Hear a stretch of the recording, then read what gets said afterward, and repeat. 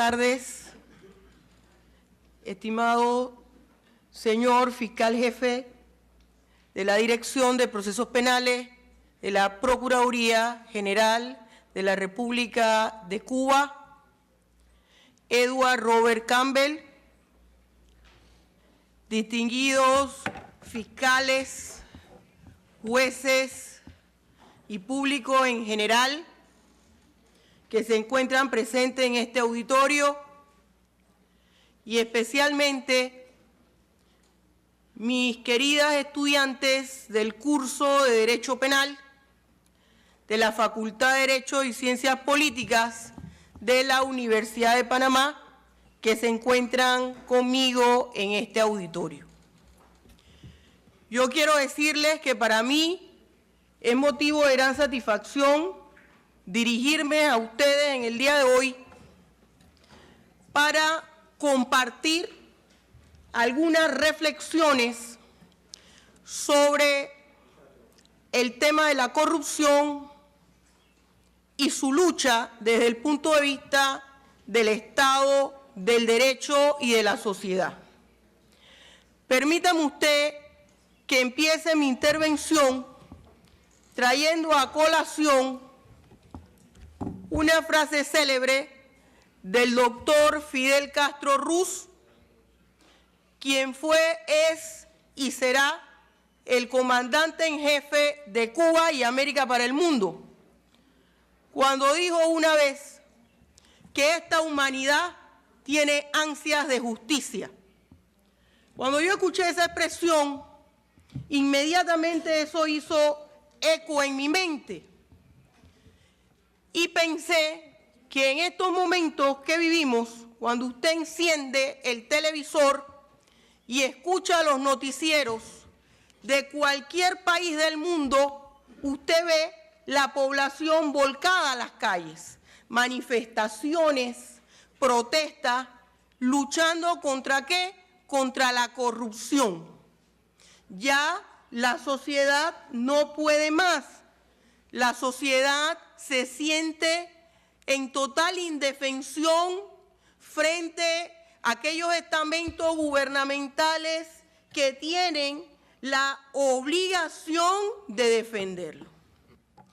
Este fenómeno de corrupción, y haciendo así un esbozo básico del tema y lo que encierra un marco conceptual, nosotros pudiéramos decir que un fenómeno social que está compuesto por todas aquellas conductas y mecanismos que impiden, que obstaculizan que la función pública sea efectiva, sea eficaz.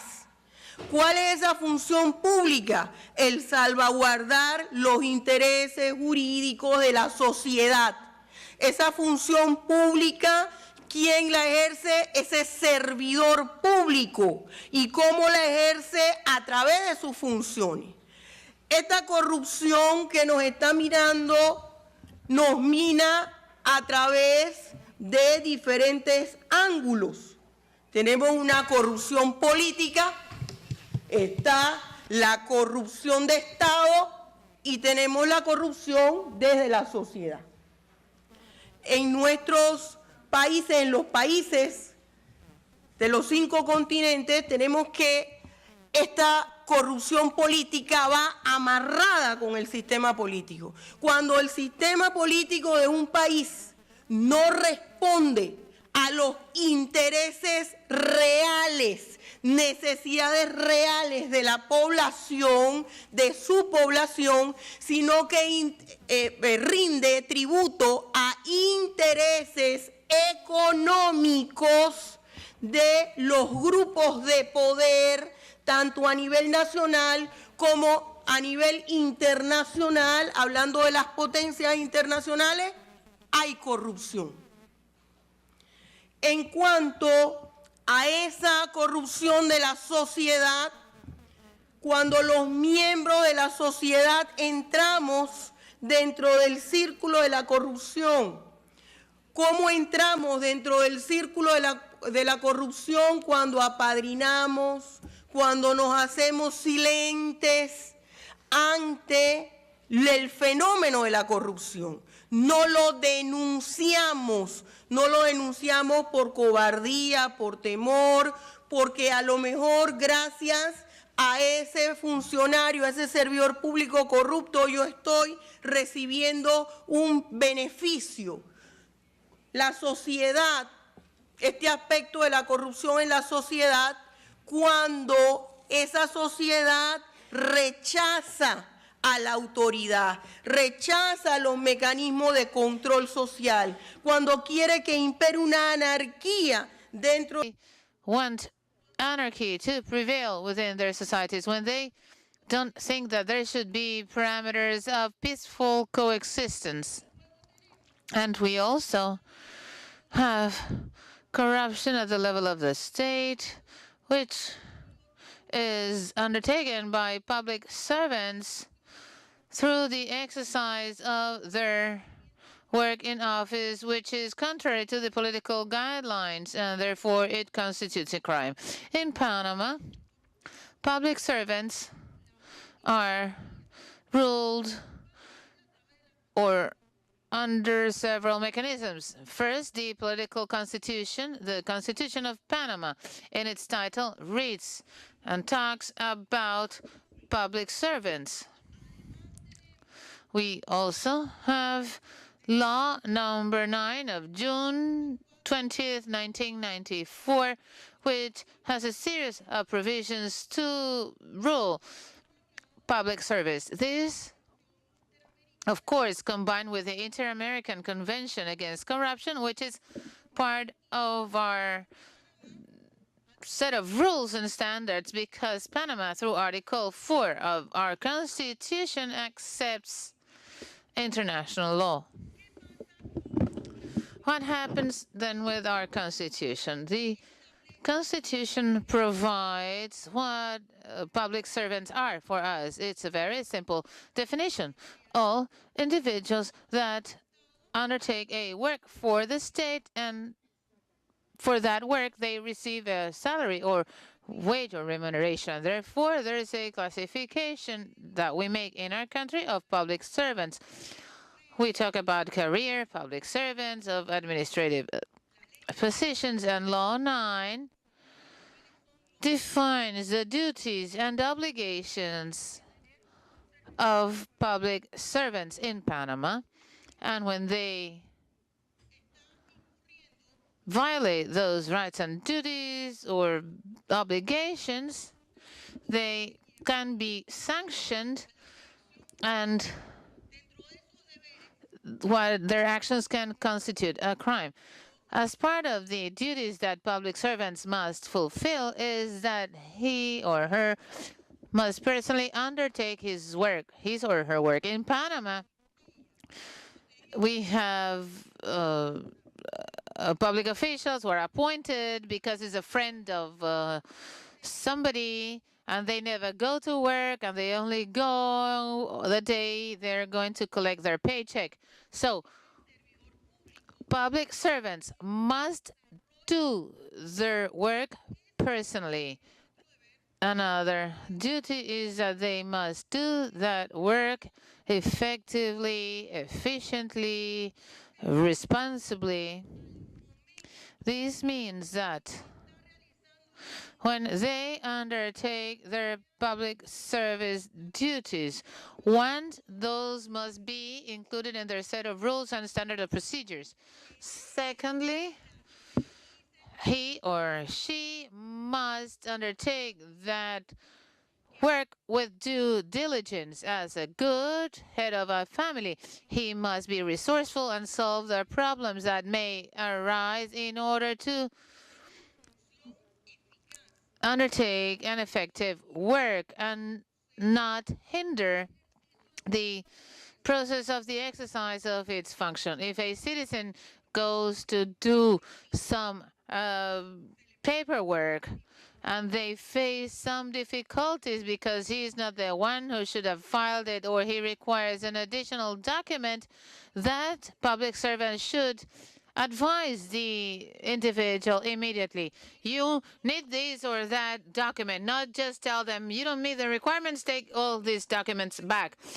If they do that, they wouldn't be effective, or they would not be fulfilling the duties of public servants. There is another important requirement, and that public servant must understand that they are providing a social service, and they must be committed with their homeland. Public servants must be and must feel themselves committed with their country, with their homeland. They must be proud of their country of origin, so they can understand the importance and the relevance of his role in the development chain of his country. They should not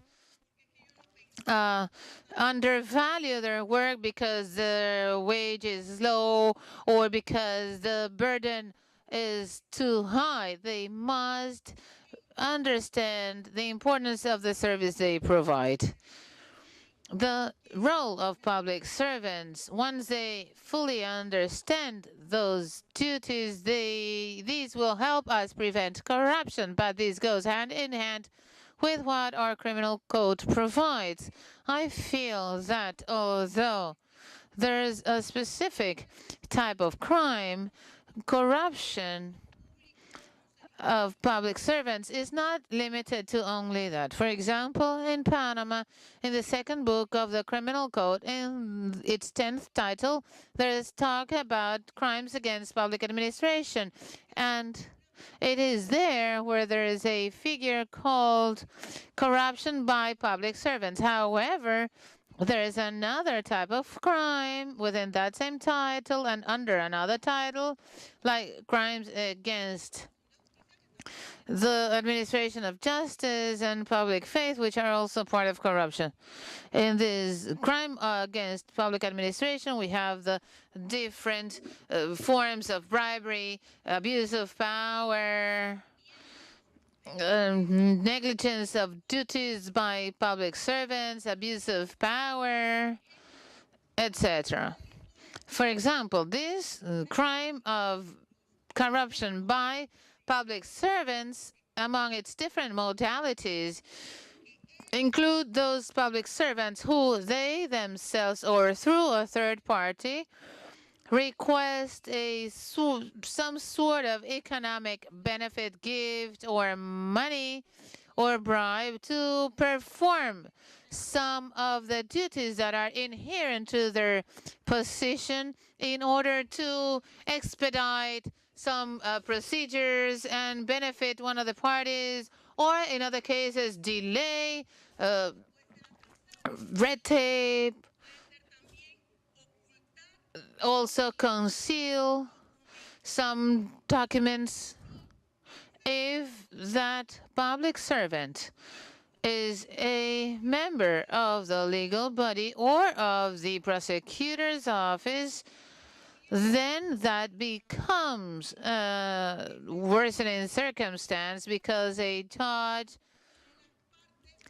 takes the side of some of the parties to favor them during the trial and issue a sentence that is favorable to one of the parties. A judge cannot advise any of the parties to a trial. Sometimes we individuals are insistent, and we have a friend who's a judge because we have been friends for life. We went to school together, and we asked a judge for advice. But judges cannot provide this type of advice, and we must understand as a friend what does it imply, because judges administer justice equitably, and he must find the truth. So that is also an agreement when that public official is a member of the law enforcement and they deny assistance to fight some type of crime. So this type of crime of corruption by public servants in Panama punishes or sanctions not only individuals accepting gifts or bribes or some sort of economic benefit, but also those who encourage or lead others to corrupt themselves. It is important that in Panama, we consider that economic benefit is not only money, but it can be that I'm a judge and for example, the payment can be that they appoint my wife to a given position, or that I grant a contract, or I don't serve the requirements to act as a banker, but then my account is approved because one of the wives of one of the parties to one of the trials I have to decide is the manager of a bank.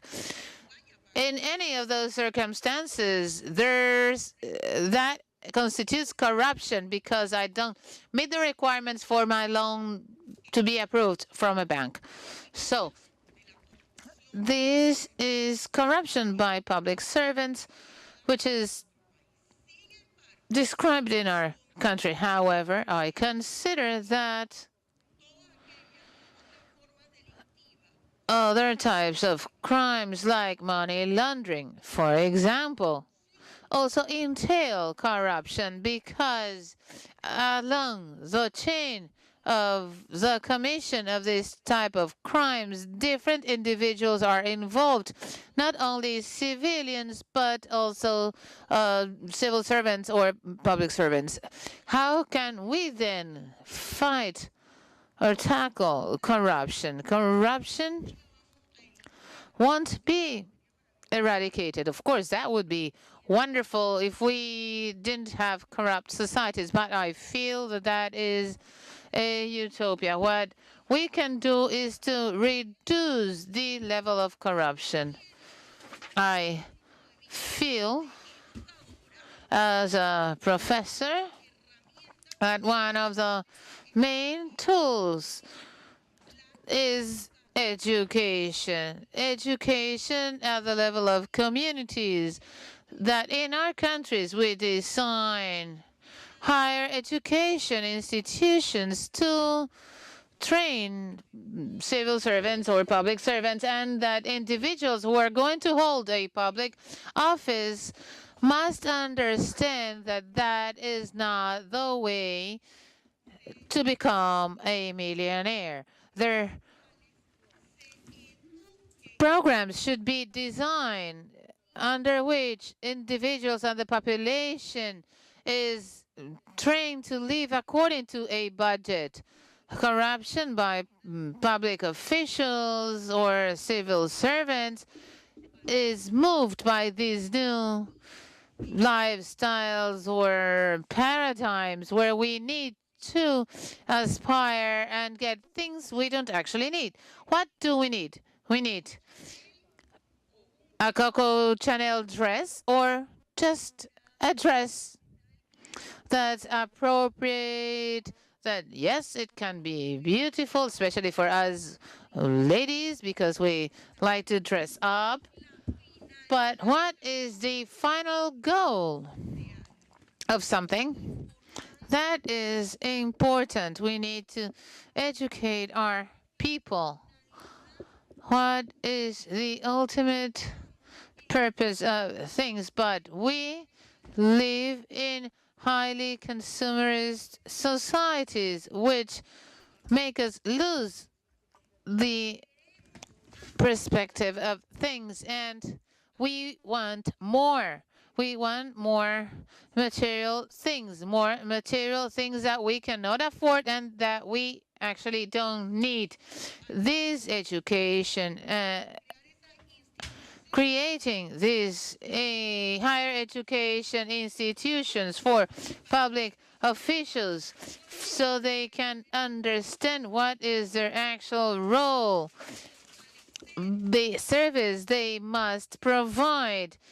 We need to strengthen in our society's moral values, ethics. It is important that we promote responsibility, honesty, respect, tolerance. Moral values is the most beautiful thing that we human beings have. It's our It is important that we establish international cooperation networks to provide assistance against these crimes that have become transnational because they affect legal interests that transcends our community's borders. So our population, our country has tried to develop through this country program. We have tried to develop these three areas. The criminal code, we have the criminal code, the standards for public servants or civil servants and public officials,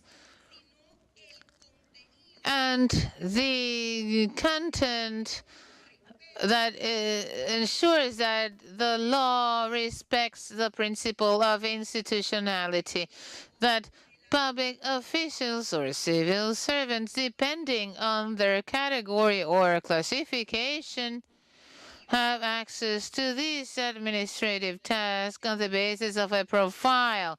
There should be exams and there should be an actual independence or separation between the powers of the government. That is crucial.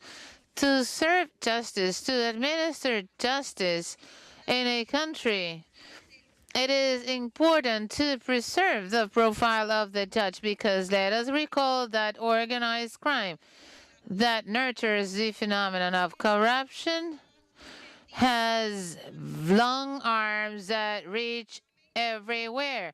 And what is the first government entity that facilitates their work? The legal power, because that's where everything is defined. And of course, criminals want to have judges and prosecutors and lawyers.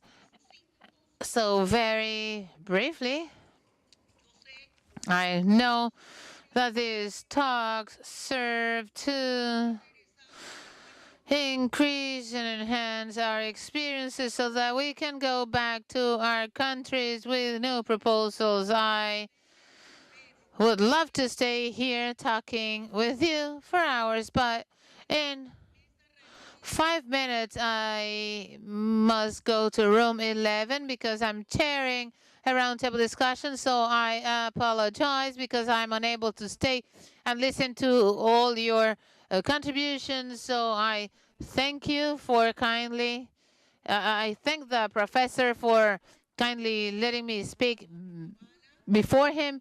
I love Cuba. I am madly in love with Havana. I hope you allow me to continue sharing with you in this important academic event.